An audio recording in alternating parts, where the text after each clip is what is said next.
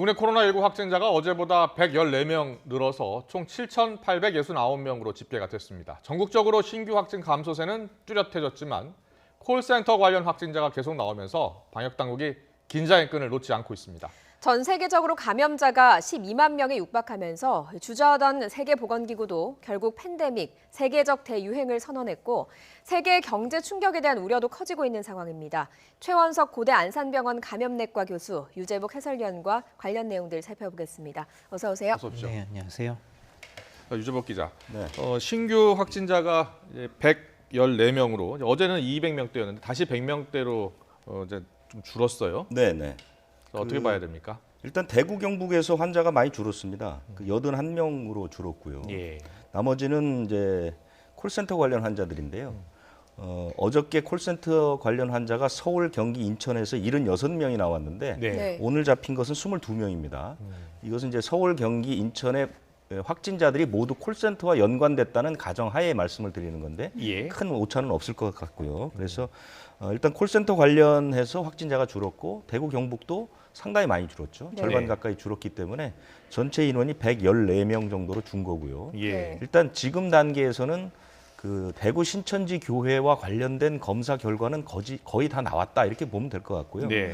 이제는 마지막은 아니지만 큰 변수인 이 구로구 콜센터에서 얼마나 많은 확진자들이 추가로 나오느냐가 네. 이 확진자 수를 가늠하는 어떤 잣대가 될 그럴 가능성이 높아졌습니다. 네. 네. 전국적으로 발생 현황을 그래픽으로 한번 보면요. 대구 지역이 오늘 대구만 보면은 73명이 늘었더라고요. 네네. 전체적으로 보면은 대구가 이제 5,800명으로 가장 많지만 지금 수도권이 좀 많아지고 있어요. 서울 200명 넘었고 경기도 178명. 그래서 이제 서울, 경기에 이게 확진자가 크게 는 것은 역시 콜센터 관련이죠. 현재 전체 누적 확진자가 7,869명 중에 네. 7,000명 이상이 대구 경북에서 나왔습니다. 네. 예. 90% 이상은 지금 대구 경북 지역 환자들이라고 보면 되는데 네. 이제 앞으로 움직일 추세는 대구 경북은 정체 상태로 있고 지금 서울을 포함한 수도권에서 확진자가 좀 늘어날 가능성이 있다. 네. 현재는 이렇게 분석이 됩니다. 네. 네. 최원석 교수님께서는 지금의 발생 양상 어떻게 분석하고 계십니까? 네, 사실은 그 전에 대구 경북 지역에서 나타났던 게 조금 독특한 상황이죠. 저희가 이제 유행 곡선을 볼 때는 환자들의 증상이 언제부터 시작되었는가 그 시점을 갖고 판단을 해야 됩니다. 네. 그런데 저희가 이제 여기까지 봐왔던 유행 곡선은 진단을 기준으로 했던 거죠. 네. 진단을 기준으로 하게 되는 경우에는 특히 신천지를 대상으로 했던 조사가 직접 찾아가서 하는 전수조사의 형태였었기 때문에 네. 그날 얼마나 많은 사람을 대상으로 검사했느냐에 따라서 숫자가 달라집니다. 그러니까 이제 일별 발생 양상이 실제로 유행의 양상과는 조금 다르다라는 점이 먼저 생각해야 되는 네. 부분이고요.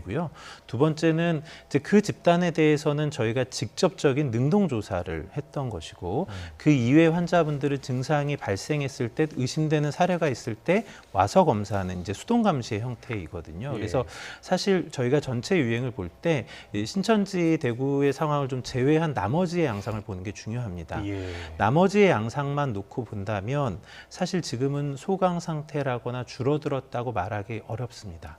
아직은 크게 증가하지도 않고 계속 좀 막으면서 소규모의 집단 발생이 이어져 가고 있는 상황이라고 보는 게 맞을 것 같고요. 네. 이제 앞서 말씀해 주셨던 것처럼 이제 서울, 경기와 같이 인구 밀도가 높은 곳, 다수가 모이기 쉬운 곳, 이제 이런 곳에서의 환자 발생이 이제 시작할 가능성이 있다는 걸 보여주는 이제 첫 사례가 아닐까 생각을 합니다. 네. 앞서 유행 곡선에 대해서 좀 잠깐 말씀을 해주셨는데 신천지 교인 확진자를 빼고 나서 그 수치를 다시 보면 서서히 그 유행 곡선, 그러니까 다른 유행병이 발생하는 그 빈도로 이렇게 천천히 곡선이 나타나고 있는 그런 모양새입니까? 네, 오히려 아직 이제 뭐 급격한 상승도 일어나지 않아 있는 상태라고 예. 봐야 되는 거죠. 네. 그러면은 지금은 신천지 이 교인 확진자만 빼면 일반적인 유행 곡선의 양상을 띌 수 있는 거네요, 계속해서. 네, 근데 예. 이제 아직은 오히려 아주 초기일 수도 있습니다. 나머지 지역에 있어서는요. 예. 예. 그렇다면은 지금 예를 들어서 콜센터 같은 경우에 지금 확진자가 70명, 90명, 100명 정도 늘고 있거든요. 그럼 이런 콜센터 사례도 일종의 그 유행 곡선의 하나의 사례로 봐야 됩니까? 네, 맞습니다. 이제 되게 산발 사례들에서는 다수의 전파자가 생기기가 좀 어렵습니다. 이런 집단 감염이 나타날 때 많은 숫자의 환자분들이 이제 누적이 되게 되죠. 네. 이제 이런 사례들이 모아지거나 또는 아주 큰 집단에서의 발병이 있게 되면 그때 이제 숫자가 갑자기 증폭하는 양상을 보이게 됩니다. 네. 지금 말씀하신 대로 서울 콜센터 관련 확진자가 102명으로 늘어나게 됐습니다. 첫 발생 사무실은 11층이었는데요. 9층과 10층에서도 각각 확진자가 1명씩 나왔습니다. 관련해서 박원순 서울시장이 브리핑을 했는데요. 이 내용 듣고 이야기 더 나눠보도록 하겠습니다. 밤사이에 인천에 거주하는 9층과 10층 콜센터 직원 2명도 확진 판정을 받았습니다. 그러니까 11층에 집중돼 있는데 그게 이 9층과 10층에서의 콜센터 직원도 확진 판정을 받았다는 게 의미 있는 숫자인 것 같습니다. 서울시 거주 확진자들에 대해서는 이미 역학조사를 대부분 완료했고 또 경기, 인천 이런 수도권 지자체와도 함께 협력해서 공조체제를 긴밀하게 유지하고 공동 대응해 나갈 거라는 그런 계획도 말씀드립니다. 네, 9층과 10층에서도 환자가 발생을 했는데요. 지금 저희가 관련 컴퓨터 건물을 그래픽? 보여드리고 예. 있습니다. 자, 컴퓨터 그래픽을 보면요. 입체 컴퓨터 그래픽인데요. 자, 11층 콜센터에서 지금 대규모 확진자가 나왔고요. 네. 어제 특이 사항은 지금 9층과 10층에 또 다른 콜센터가 있는데 거기서 지금 1명, 2명, 2명의 확진자가 나온 거죠. 네. 유재복 기자? 네, 그렇습니다. 예. 9층은요. 네. 앱 개발 업체 근무자인데요. 27살 여성인데 이 사람은 이제 부평구에 살고 있어서 부평구에서 양성 판정을 받았습니다. 예. 그런데 이 여성은 11층 확진자와 접촉한 것으로 알려져 있습니다. 네. 그러니까 11층과 연관이 돼 있다고 보고 9층과 11층은 같은 회사거든요. 네. 10층은 다른 회사입니다. 여기는 콜센터가 아니고요. 예. 상조 회사에 근무하는 34살 남성인데요. 이 남성은 지난 10일부터 재택근무를 하는 도중에 양성 판정을 받았는데 네. 문제는 이 사람은 지난달 22일부터 기침을 했습니다. 그러니까 이른바 증상을 보인 것이죠. 예. 그러면 22일이면은 지금 그 7층과 9층, 7층에서 9층 그리고 11층 이 콜센터 직원들의 발병과는 다릅니다. 이 사람들은 대개 25일, 빨라도 25일, 29일, 이달 초 이렇게 이제 발병 증상들이 나타났거든요. 네. 그런데 이 사람이 22일에 발병을 했다면 예. 지금은 추정의 영역이지만 이 10층에 근무하던 남성이 최초 전파자일 가능성이 있는 것이죠. 네. 그런데 아직까지 역학조사 결과 어떤 연관성이 있는지 아니면 완전히 다른 종류의 감염인지 이것은 아직 밝혀지지는 않았습니다. 그렇군요. 네. 다시 한번 건물을 띄워주셨으면 좋겠는데요. 자, 최현석 교수님, 네. 처음에 이 다수 확진자가 나왔을 때는요. 지난 4일 이제 확진자가 처음 나왔다 그랬었는데 이제 역학조사를 해보니까 4일이 아니라 2월 말에 그런 증상을 보인 확진자가 있었다라고 하고요. 지금 유재복 기자 설명을 들어보면 22일이라고 하거든요. 그러면 22일이면 그때 증상이 나타났다면 22일 확진자가 최초의 감염 원인일 수도 있는 겁니까? 당연히 가능성은 있죠. 저희가 예. 이제 역학조사를 하게 되면 어떤 사람이 가장 먼저 증상이 생겨났는가를 봅니다. 네. 그래서 첫 증상이 생겨났던 사람이 그 집단의 첫 사례일 가능성이 있다고 보죠. 네. 다만 그렇다고 해서 그걸로 확정짓지는 못합니다. 왜냐하면 환자분들이 동일한 노출 원에 의해서 폭로가 되었다고 하더라도 잠복기가 서로 다를 수 있죠. 어떤 예. 분들은 2, 3일 만에 발병하는 경우도 있고 어떤 분들은 일주일 이상의 시간이 지나서 발병하는 경우도 있기 때문에 사실은 그 앞 단계에서 어느 시점에 폭로가 되었는지까지도 알아야지 저희가 이제 누구부터 시작했는지를 알 수 있습니다. 다만 그게 어렵다면 네. 그때는 이제 증상 발생일을 기준으로 누가 시작인지를 추정하게 될 겁니다. 네. 22일에 증상이 나타난 분도 있고 2월 말에 나타난 분도 있고요. 그렇다면 이게 직원들이 꽤 장기간 노출이 됐다 이렇게 봐야 되겠네요. 네, 그게 맞죠. 이제 굳이 오래 전에 증상이 발생했던 분은 생각하지 않더라도 예. 지금 같은 곳에서 다수의 환자가 동시에 발생했다면 이건 1회 폭로일 가능성보다는 반복된 폭로가 있었을 가능성을 생각해야 되거든요. 네. 근데 너무 많단 말이에요. 102명인데 이 이 역학조사하기가 100명이 넘어버리면 사실 추적하기가 좀 쉽지 않지 않습니까? 네, 맞습니다. 이제 사실은 우리가 대구 경북의 상황에서도 이미 알고 있지만 예. 이렇게 많은 환자가 발생하게 되면 우리가 그 전에 환자분들에 대해서 했던 것처럼 동선을 모두 파악하고 접촉자를 모두 선별해내고 밀접 접촉자, 일반 접촉자를 나누어서 위험도를 평가하고 이런 것은 사실상 어려워집니다. 이때부터는 할 수 있는 게 있다면 예. 동선 정도로 확인해서 공개하는 것, 그리고 이미 발생한 환자들로부터 그 다음에 노출되는 사람들을 최대한 줄여주는 것, 이 정도가 확산을 차단하는 최선의 방법이 될 것 같습니다. 네. 지금 그 해당 빌딩에요. 상당히 뭐 프랜차이즈 카페도 있고 또 웨딩홀도 있었고요. 또 오피스텔 입주민들도 있습니다. 상당히 많은 사람들이 오갔을 것으로 예상이 되고 있는데요. 아까 말씀하신 대로 동선을 또 공개하는 방법과 최대한 이 확진자로부터 노출을 좀 줄여주는 방법이 있다 이렇게 말씀을 하셨는데 혹시나 그 건물을 방문했던 사람들이라면 증상이 없다라고 하더라도 선별진료소에 가서 혹시 검사를 받아야 하는 것 아닌가 이런 생각도 들기도 하거든요. 우리가 검사할 수 있는 역량이 아주 충분하다면 그렇게 하는 것도 조금은 도움이 됩니다. 그렇지만 일단 이렇게 동시에 많은 숫자가 생겨나게 되면 우선순위를 좀 나눠야죠. 예. 증상이 있는 분을 먼저 해야 되고요. 또 증상이 없는 분을 검사해서 음성이면 그 다음에 계속 괜찮으냐 그건 아니거든요. 예. 그 시점이 음성이라는 것이지 마지막 노출로부터 결국 최대 잠복기를 지나야만 합니다. 네. 그래서 그 시점만 확인할 수 있다라는 그런 점에서만 도움이 되고요. 결국 이제 자가격리가 필요한 기간이 있고 끝나는 시점에 오히려 검사를 하는 게 격리를 해제해도 되는가를 판단하는 데 도움이 될 것 같습니다. 네. 자, 그 코리아 빌딩에서 일했던 콜센터 직원, 우리 YTN 단독 보도를 보면요. 네. 그 건물이지만 다른 그 콜센터 직원들 한 20명이 네. 영등포에 있는 또 콜센터로 옮겨가서 또 근무를 했다고 하더라고요. 그렇습니다. 조금 이제 이해를 어떻게 하셔야 되냐면 11층과 7, 8, 9층은 메타넷이라고 하는 콜센터 위탁 업체가 운영하는 회사입니다. 네. 그런데 그 운영을 맡긴 회사는 우리가 어제 처음 얘기했던 11층의 에이스 보험 외에도 여러 회사가 있습니다. 이 20명은 숙박업체의 콜센터 직원들입니다. 그런데 제가 취재를 해보니까 지난달 말부터 이 빌딩 안에서는 코로나19 증상을 보인다는 직원이 속속 나오고 있다라는 소문이 돌았다고 합니다. 예. 그래서 이 메타넷이라는 회사에서 선제적으로 그러면 직원들을 좀 다른 곳으로 옮겨보자 해서 가장 인원수가 적은 숙박업체 직원 20명을 영등포에 있는 다른 콜센터로 옮긴 겁니다. 그게 5일입니다. 그러니까 네. 첫 확진자가 나오기 전이죠. 네. 미리 이제 옮겨놓은 것이죠. 예. 그런데 무슨 문제가 있었냐면은 옮겨간 뒤에 8일에 첫 확진자가 나와서 그 옮겨간 20명이 자 저기서 저렇게 확진자가 나왔으니 우리도 격리를 하거나 검사를 받아야 되는 것 아니냐고 회사 측에 얘기를 했는데 회사 측에서 사실상 그것을 묵살했다라는 게 직원들의 주장이고요. 네. 회사 측에서는 또 다른 얘기를 내놓고 있습니다. 네. 그 회사 측의 얘기는 예. 자기들은 영등포로 옮겨간 뒤에 보건소에 신고를 했다.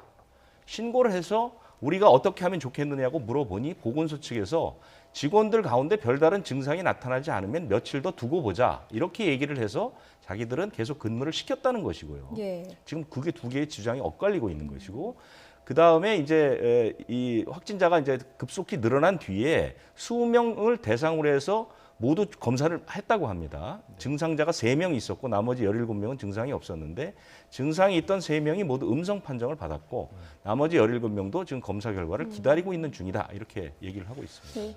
좀 이해를 좀 할 수 없는 부분은 회사에서 그러니까 지난달 말부터 그런 증상이 있는 직원들이 있으면 검사부터 먼저 해야 되는 거 아닙니까? 왜 영등포구로 이렇게 분산을 하는 게 그게 조치가 될 수 있습니까? 글쎄, 그것까지는 저희가 그 대답을 듣지는 못했는데 지금 속속 그 역학조사 결과를 보면 예. 10층에 있는 그 남성은 22일부터 증상이 나왔고 예. 11층에 근무하던 많은 확진자들도 지난달 25일, 28일에도 증상을 보였던 사람들이 많았거든요. 네. 그리고 콜센터라는 곳이 그 업무 장소의 특성상 네. 한 명이 감기에 걸리면 또 한꺼번에 이렇게 전파되기가 굉장히 용이한 그런 지역입니다. 네. 그래서 뭐 여기저기서 이런 그 뭐 발열 증상, 잔기침 증상들이 많이 나왔고 그래서 이 사람들은 우선 옮겼다. 여기까지가 이제 이 사람들이 밝힌 내용입니다. 이 2월 22일하고 2월 28일은요. 2월 18일 날 31번 확진자가 나오고 네. 2월 19일, 2월 20일 기억하실지 모르겠습니다만 그때쯤 그 확진자가 확 늘어날 때거든요. 그렇습니다. 100명, 200명 막 늘어나면서 관심이 집중될 때 이때 이런 유사한 증상이 나타났다면 직원들이 이런 증상이 나타났다면 먼저 선별조소 같은 데 검사를 의뢰하는 게 맞지 않습니까? 네, 뭐 검사를 했다면 더 도움이 됐을 수는 있겠죠. 예. 다만 우리가 대구 경북에서 발생하기 전 상황을 생각해 보면 네. 대부분의 환자분들이 역학적인 연결고리가 있었습니다. 아, 그리고 그게 없는 환자분들에 대한 검사는 산발적으로만 이루어지고 있었죠. 지금도 코로나19가 굉장히 많이 유행하고 있고 많은 환자분들을 저희가 보고 있지만 예. 실제로 호흡기 증상이 있는 분들이 검사를 했을 때 90%, 95% 이상은 다른 바이러스가 분리가 되거나 검출이 네. 안 됩니다. 예. 그러니까 이제 그 당시의 상황이 뭐 이런 의학적인 측면까지 고려했을지는 모르겠지만 아마도 코로나19의 가능성을 더 낮게 생각하고 이제 검사나 이런 걸 하지 않았을 가능성이 높은 것 같습니다. 네. 지금 갈수록 걱정스러운 것은 이 콜센터 11층 콜센터 직원 207명을 중심으로 발생하는 게 아니라 207명 더하기 지금 9층, 10층 또 뭐 영등포로 옮긴 직원들, 물론 영등포 직원들은 아직 검사를 더 해야 되겠습니다만 곳곳에서 이렇게 산발적으로 나타나기 시작했거든요. 그래서 이게 혹시 제2의 신천지 감염 사태와 유사하게 진행되고 있는 것 아니냐고 우려하는 분들도 있습니다. 교수님 어떻게 보세요? 네, 규모는 좀 다르죠. 네. 규모는 좀 다른데 이제 지역사회에서 퍼져 나갈 때 앞서 말씀드렸던 것처럼 소수의 산발 사례들이 불씨 같은 역할을 하게 되고요. 이런 집단에서 크게 불이 타오르게 됩니다. 그러면서 그 불이 번져나가는 양상을 띠게 되거든요. 그래서 이런 집단 감염의 고리가 몇 개만 이어지면 이제 지역 내에서 크게 확산되는 경과를 밟게 되죠. 그래서 그분들이 그 다음에 어느 고리가 또 만들어졌는지 유행의 클러스터가 어떻게 생겨났는지를 좀 보아야 하는데 이번의 사례도 그렇게 이어질 수 있는 하나의 원인이 될 수 있습니다. 네. 네. 뭐 제2의 신천지 감염 사태가 우려된다 이런 이야기에 대해서 박원순 서울시장은 그런 우려는 하지 않아도 된다 이렇게 이야기했죠. 아마 오늘이나 내일이 관건이 되겠죠. 지금 오피스텔 입주자가 한 260명 정도로 파악이 되고 있고요. 네. 그다음에 7층에서 9층까지 일하는 직원이 553명이고요. 예. 11층에가 207명 하니까 1000명 좀 넘는 사람들이 이제 거의 매일 근무를 하는 네. 그런 곳인데 오피스텔 입주자를 대상으로 한 검사에서는 아직까지 양성 판정이 한 명도 나오지 않았습니다. 네. 그 부분은 좀 예. 다행인 것 같고요. 예. 제가 이 코로나19를 처음부터 쭉 취재를 해왔던 기자로서 판단해 보면 사실 지금 우리나라는 이 방역이나 대비 태세가 방역 당국뿐 아니라 국민들 사이에서도 꽤 잘 돼 있습니다. 예. 그래서 지금 뭐 스스로가 스스로 감염을 막기 위한 이런 조치들을 아주 잘 하고 있거든요. 그래서 이렇게 폭발적으로 또 증가하는 양상은 나오지 않을 것 같다. 아마 박원순 시장도 그렇게 판단하는 게 아닌가 이런 생각이 듭니다. 네. 네. 또 경계는 계속 늦추지 말아야 돼요. 그러니까 앞으로 어디로 튈지 모르니까요. 그리고 유재복 기자, 서울에 이어서 이제 대구에서도 콜센터 직원 57명이 확진 판정을 받았다라는 보도가 나왔는데 이게 네. 갑자기 57명이 나온 게 아니죠? 그렇습니다. 이것은 예. 이제 그 서울 구로구 콜센터에 이제 대규모 감염자가 나온 뒤에 이제 그 전에는 워낙 대구 지역은 신천지 교인 때문에 묻혀 있었던 것들이죠. 예. 이런 이제 과거의 사례들이 이제 다시 한번 나왔는데 네. 이것을 이제 고리로 해서 대구에서도 이 콜센터를 좀 운영을 좀 이달 말까지는 좀 중단해 달라 이렇게 요청을 하면서 네. 지금까지 쌓여있던 자료가 좀 나온 것이죠. 아. 이게 특별히 뭐 크게 다시 양상이 벌어지고 있는 것 이런 것은 아닙니다. 예, 뭐 예. 대구시는 3월 말까지 대구 지역 콜센터 운영을 좀 중단해달라 이렇게 뭐 요청을 하기도 했는데 네네. 만약에 중단을 하지 않는다면 뭐 대구시가 할 수 있는 강제 조치가 있습니까? 뭐 폐쇄까지 내릴 수 있는 행정명령을 내릴 수는 있죠. 이것은 어제 이미 박원순 시장이 얘기를 하지 않았습니까? 콜센터에서 그러니까 감염 위험성이 더 높아지는 상황이 벌어지면 폐쇄 명령까지도 내릴 수 있다 이렇게 얘기를 했고요. 대구도 네. 마찬가지입니다. 대구도 현재 66곳에 8천여 명 정도가 근무를 하고 있는데 이달 말까지 운영을 좀 중단해 달라 이렇게 얘기를 했고요. 네. 사실 지금 오늘부터 그 SK텔레콤이나 KT 같은 우리가 잘 알고 있는 콜센터들은 거의 대부분 재택근무에 들어갔습니다. 아. 이게 기술적으로 충분히 가능합니다. 그래서 예. 아마 전국에 있는 이런 콜센터와 같은 그 업종의 그 근무자들은 순차적으로 예. 준비가 되는 대로 재택근무를 하거나 시차 근무를 하거나 해서 발생할 수 있는 요인 자체는 상당히 줄어들 것으로 이렇게 예상됩니다. 네. 그리고 오늘 그 대구시가 경찰과 같이요. 그 신천지 교회에 대한 행정조사에 나섰다고 하거든요. 네네, 어떤 이유 그렇습니다. 때문이죠?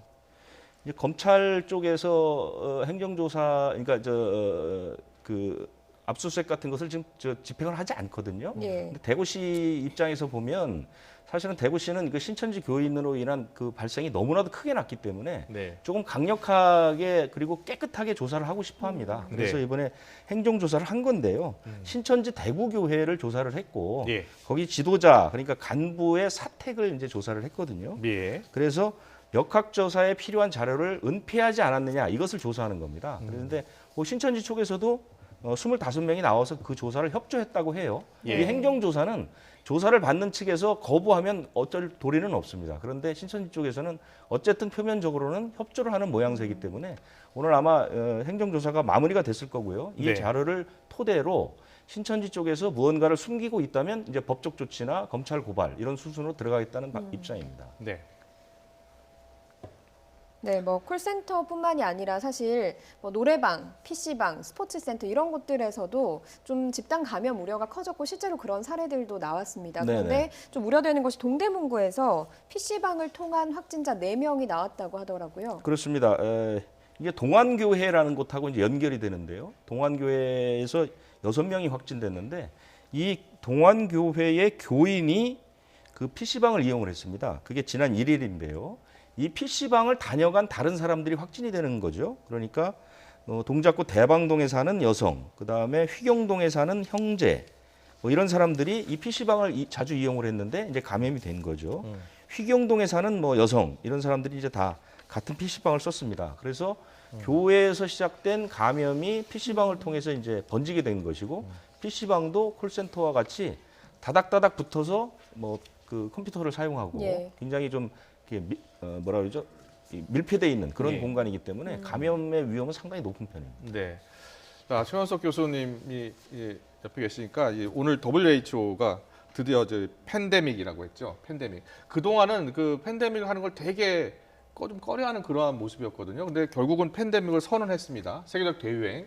그렇게 선언한 이유는 어디에 있는 겁니까? 네, 이제 이미 팬데믹으로 갈 거라고 대부분의 전문가들은 봤고요. 네. 그다음에 이제 국가와 국가를 넘어서 대륙과 대륙으로 이미 전파가 이루어졌거든요. 네. 그래서 전파의 양상만 보았을 때도 팬데믹 선언에 이미 충분한 상황이라고 많이들 이야기를 했죠. 네. 그렇지만 그 전에 이제 WHO가 이 질환의 초기 상태를 판단했었던 이제 그러한 관점에서 네. 갑자기 막 나가기는 어려웠을 거라는 생각이 듭니다. 그래서 좀 늦게 선언이 되지 않았나 하는 생각도 듭니다. 네, 이 세계적 대유행을 선언하면서 각국의 방역 정책이 이제 어떻게 바뀌는 겁니까?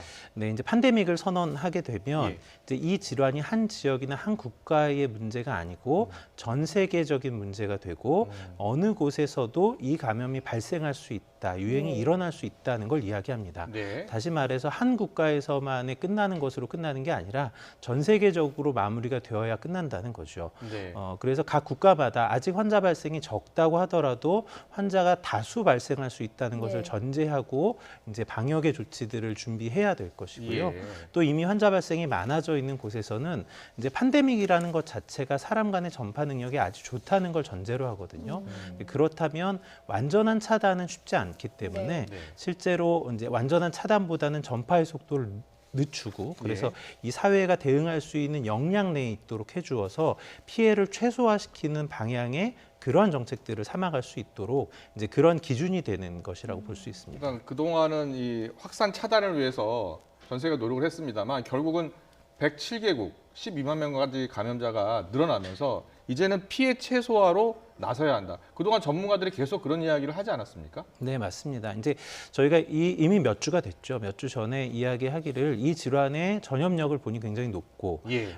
이제 저희가 기초감염 재생산수라는 것으로 계산을 해보니 방역으로 완전히 차단이 어려워 보인다는 것이었고요. 예. 그다음에 특히 질환의 초기, 증상이 뚜렷하지 않은 단계에서도 바이러스의 배출이 상당히 일어나기 때문에 네. 그렇다면 초기부터 주의해서 전파를 차단할 수 있는 이러한 방법들이 적용되기가 좀 어렵거든요. 증상으로 선별해내기도 어렵고 아. 그래서 그러한 면에서 완벽한 차단을 기대하기 어렵다는 것이고요. 그렇다고 해서 차단을 위한 조치를 하지 않아야 된다는 것은 아니고 예. 발생한 환자로부터의 전파를 차단하기 위한 조치는 해야 되겠지만 우리 힘의 주된 방향이 발생한 환자분들이 이제 큰 피해를 입지 않도록 특히 중증으로 진행할 수 있는 분들, 중증인 환자분들 또 병원과 같이 다수의 환자가 발생했을 때 피해가 발생할 수 있는 이런 이 집단의 시설들 예. 이런 부분의 관리가 중점이 되어야 한다는 이야기를 한 것이죠. 예. 예. 뭐 이렇게 WHO가 세계적인 대유행을 뭐 선언하게 된 데는 사실 해외 상황이 심상치 않아서 그런 거 아니겠습니까? 그렇습니다. 해외는 지금 상황이 어떤지 좀 정리를 해주시죠. 지금 전체적으로 이제 중국에서 처음에 이제 시작을 했고 예. 그 물결이 아마 이제 우리나라를 거쳐서 지금 이제 유럽과 네.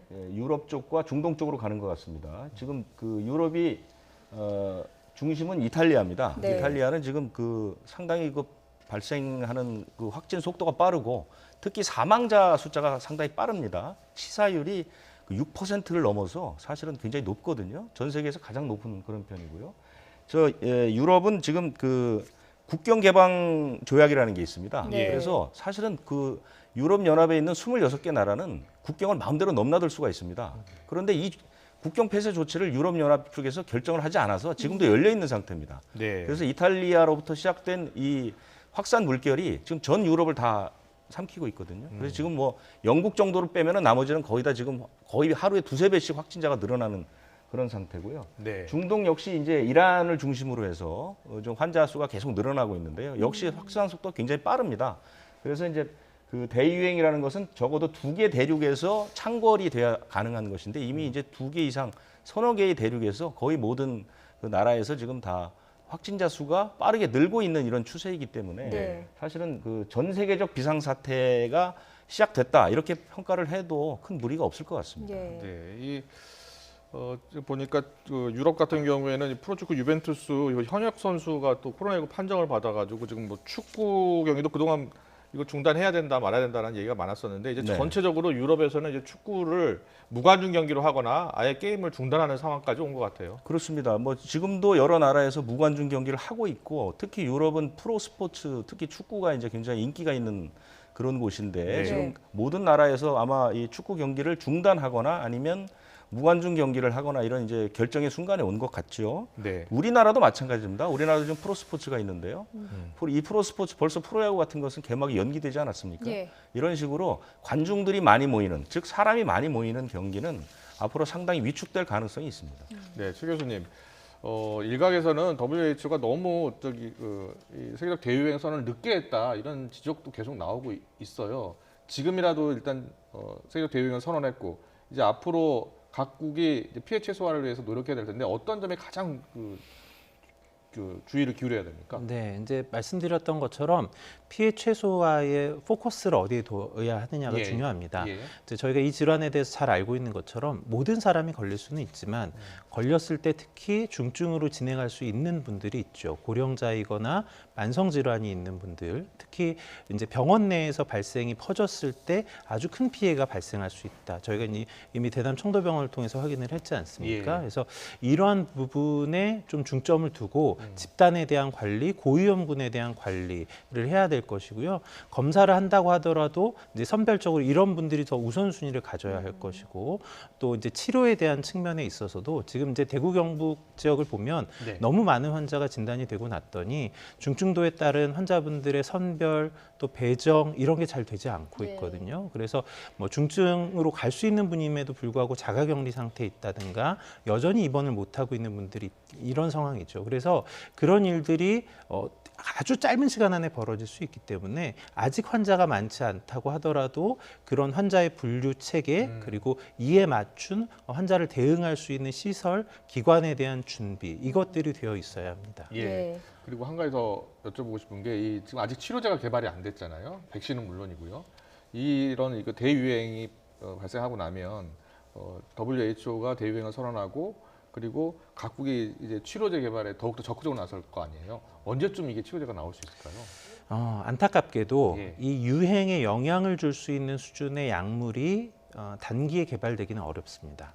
네, 그러니까 실제로는 연구에 굉장히 많은 노력을 기울이겠지만 어떤 약물이 유행의 영향을 주려면 정점이 오기 전에 이미 다수에게 사용될 수 있는 상황이 되어야 하거든요. 근데 지금 약물이 개발돼 있다고 하더라도 예. 큰 공장이 만들어지고 아주 많은 숫자에게 사용될 수 있기가 어렵죠. 근데 개발 단계에 있다면 거기까지 가는 것은 어렵습니다. 그래서 이번 유행에 영향을 줄 수 있는 수준의 약물을 기대하는 것보다는 예. 사실 이 유행이 여기에서 끝나지 않고 계절적인 유행으로 넘어갈 가능성이 높거든요. 그렇게 반복되는 유행을 대응할 수 있는 그 다음을 내다보는 수단, 이런 관점으로 보는 것이 맞을 것 같습니다. 예. 알겠습니다. 그 과거 신종플루 이런 것처럼 백신이 개발이 돼야 되는데 백신이나 치료제 개발은 좀 더 시간이 훨씬 걸릴 네, 것이다. 인플루엔자는 좀 다른 것이 예. 신종 인플루엔자는 이미 그 전에 인플루엔자에 대한 항바이러스가 있었고요. 예. 신종 인플루엔자의 백신은 아니지만 인플루엔자 백신은 아주 오랫동안 사용되어 왔기 때문에 네. 항원만 바꿔 넣으면 됐던 상황이었거든요. 지금은 이 코로나 바이러스에 대한 백신 자체가 없기 때문에 처음부터 개발해야 되는 전혀 이제 상황이 다른 이 것이죠. 타미플루는 어떻습니까? 타미플루 같은 경우에는 치료제 아닙니까? 네, 타미플루는 인플루엔자 바이러스를 겨냥해서는 쓸 수 있지만 이 코로나 바이러스의 효과적인 항바이러스제는 아닙니다. 예, 알겠습니다. 네, 알겠습니다. 지금까지 최원석 고대 안산병원 감염내과 교수님 그리고 유재복 해설위원이었습니다. 잘 들었습니다. 고맙습니다. 고맙습니다.